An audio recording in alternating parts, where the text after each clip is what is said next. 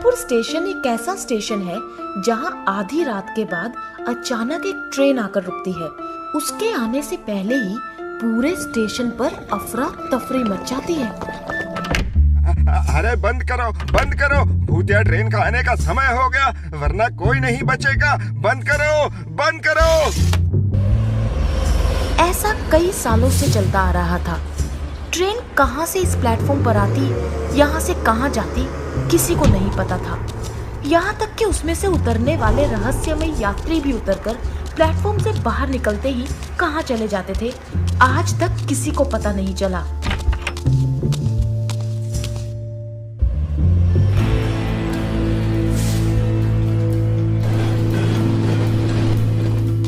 ऐसे ही एक रात जब ट्रेन आने वाली होती है, सभी की तरह टिकट विंडो वाला जैसे ही विंडो बंद करना चाहता है, अचानक एक आदमी आकर उसमें हाथ घुसाता है। अरे विंडो मत बंद करो भाई, मुझे जो ट्रेन सबसे पहले आएगी उसका टिकट देना। अबे मरना है क्या? अभी जो ट्रेन आएगी ना वो कहीं नहीं जाएगी, 4 घंटे बाद आने वाली ट्रेन से जाना। अरे 4 घंटे में कहाँ वेट करूंगा, प्लीज टिकट दे दो भाई। अबे तेरी तो ले भाग यहाँ से। भाई एक चाय मिलेगी? अबे भाग जा, चाय के चक्कर में पड़ा तो कोई पानी पिलाने वाला भी नहीं मिलेगा। पर मुझे आने वाली ट्रेन से जाना है। अबे आने वाली ट्रेन से कोई नहीं जाता, जा। अपनी जान की सलामती चाहता तो प्लेटफॉर्म के बाहर भाग जा। भाग, निकल यहाँ से, चल।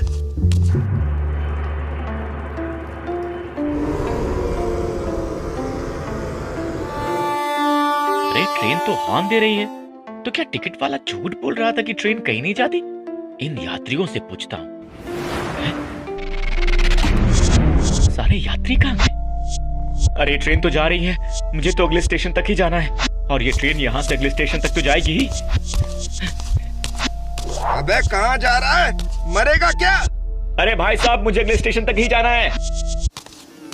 इतने सारे सर, मतलब कई यात्री बैठे हैं, यानी ये ट्रेन अगले स्टेशन तक तो जाएगी। तो हमें मारने आया है, तो हमें जिंदा जलाने आया है।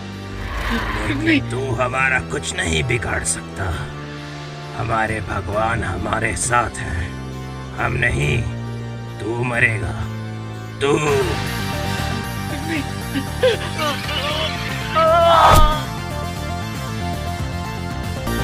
बेचारा मर गया, चीख कर कहा था मैंने इसे, मत जा। टिकट कटाने आया था तो मैंने तो मना कर दिया था। हमने स्टेशन मास्टर की बहुत इज्जत कर ली। जब से ये रहस्यमयी ट्रेन चालू हुई है, ये 8वीं मौत है। अब तो स्टेशन मास्टर को बताना ही पड़ेगा, आखिर उनकी हरी झंडी देने के बाद ही ये ट्रेन क्यों चलती है, कहां से आती है, कहां जाती है, और इसमें से उतरने वाले यात्री कौन हैं जो उतरने के बाद एकदम से गायब हो जाते हैं। अरे मैं कैसे बता सकता हूँ, मैं भी तो तुम लोगों की तरह डर के मारे अपने ऑफिस में दुबक जाता हूँ। झूठ मत बोलिए, आप आकर हरी झंडी दिखाते हैं तभी ट्रेन स्टार्ट होती है, साफ साफ बताओ। इंस्पेक्टर, ये मत भूलो कि मैं स्टेशन मास्टर हूँ, इस पूरे स्टेशन का मालिक। मुझ पर इल्जाम लगाने के जुर्म में मैं तुम्हें स्टेशन से ट्रांसफर करवा सकता हूँ। आइए, इधर आइए, ये देखिए। ऐसा कैसे हो सकता है? ये सब मैं ही कर रहा हूँ और मुझे ही नहीं पता। जब किसी से कुछ नहीं होता तो लोगों की सलाह पर स्टेशन मास्टर एक तांत्रिक को बुलाते हैं और उसे पूरी ट्रेन के आने और जाने तक की सारी गतिविधियों की सीसीटीवी फुटेज दिखाते हैं। सुनकर वो कहता है, बच्चा, ये कोई भूतिया चक्कर लगता है। उसी के सम्मोहन में स्टेशन मास्टर साहब जाकर हरी झंडी दिखाते हैं, इसलिए इन्हें कुछ याद नहीं रहता। चिंता मत करो, आज आने दो उस ट्रेन को, मैं उस ट्रेन में जाऊंगा। और रात होते ही ट्रेन के आने के टाइम पर सभी हमेशा की तरह दुबक जाते हैं। तांत्रिक भी एक जगह छुपा सब देखता है। तभी ट्रेन आती है, रुकती है, हमेशा वाले यात्री उतरते हैं, बाहर निकल जाते हैं। तभी स्टेशन मास्टर नींद में चलते से आकर हरी झंडी दिखाते हैं।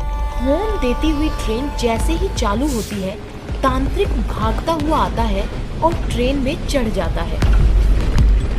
तो हमें मारने आया है, तो हमें जिंदा जलाने आया है। हमारे मंदिर के भगवान को दुश्मन तांत्रिक बनकर आया है और हमारे साथ हमारे भगवान है। आशपुरा का मंदिर हम बनाकर ही रहेंगे।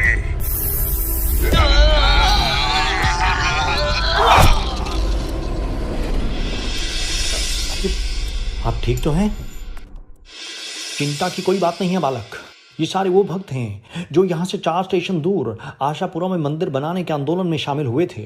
इन्हें दुश्मनों ने मंदिर बनाने से पहले ही ट्रेन में जिंदा जला दिया था। अब जो भी ट्रेन में चढ़ता है ये उसे अपना दुश्मन समझते हैं, सोचते हैं वो इन्हें जिंदा जलाने आया होगा और ये उसे मार डालते हैं। इसका कोई तो उपाय होगा बाबा, या ये लोग यूं ही मरते रहेंगे। उसका उपाय सोच लिया है मैंने। उस मंदिर का बड़ा सा ढांचा बनवाकर प्लेटफॉर्म पर रख दो और ट्रेन के आते ही आप सबको वो करना है जो मैं बताऊंगा। और वैसे ही किया जाता है। आशपुरा के विवादित मंदिर का बड़ा ही खूबसूरत ढांचा बनाया जाता है, उसे प्लेटफॉर्म पर रखा जाता है और सभी हिम्मत करके ट्रेन आने का इंतजार करने लगते हैं। कुछ ही देर में ट्रेन आती दिखाई देती है। ट्रेन को आते देखते ही छुपे हुए सभी घबराकर कांपने लगते हैं।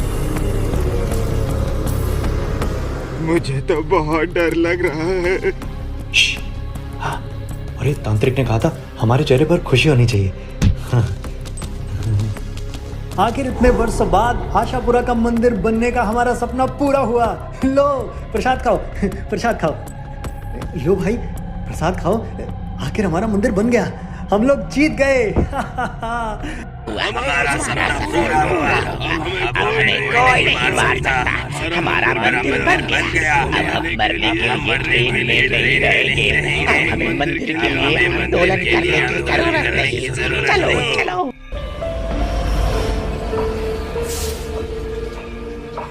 और उस दिन के बाद भयपुर में सब कुछ ठीक हो जाता है। उस ट्रेन का आना बंद हो जाता है। सभी तांत्रिक का धन्यवाद करते हैं। तांत्रिक कहता है, एक बात याद रखना भक्तों, इंसान हो या रूह, वो तब तक भटकता है जब तक कि उसे अपनी इच्छा पूरी हुई दिखाई नहीं देती।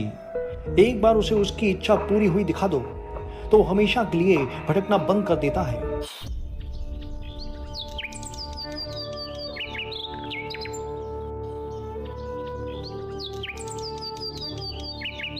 बहुत समय पहले की बात है। चंदनपुर गांव में एक किसान रहता था जिसका नाम रामू था। रामू किसान के पास एक मुर्गा था जो सुबह सुबह जोर से कुकड़ू कू करता था।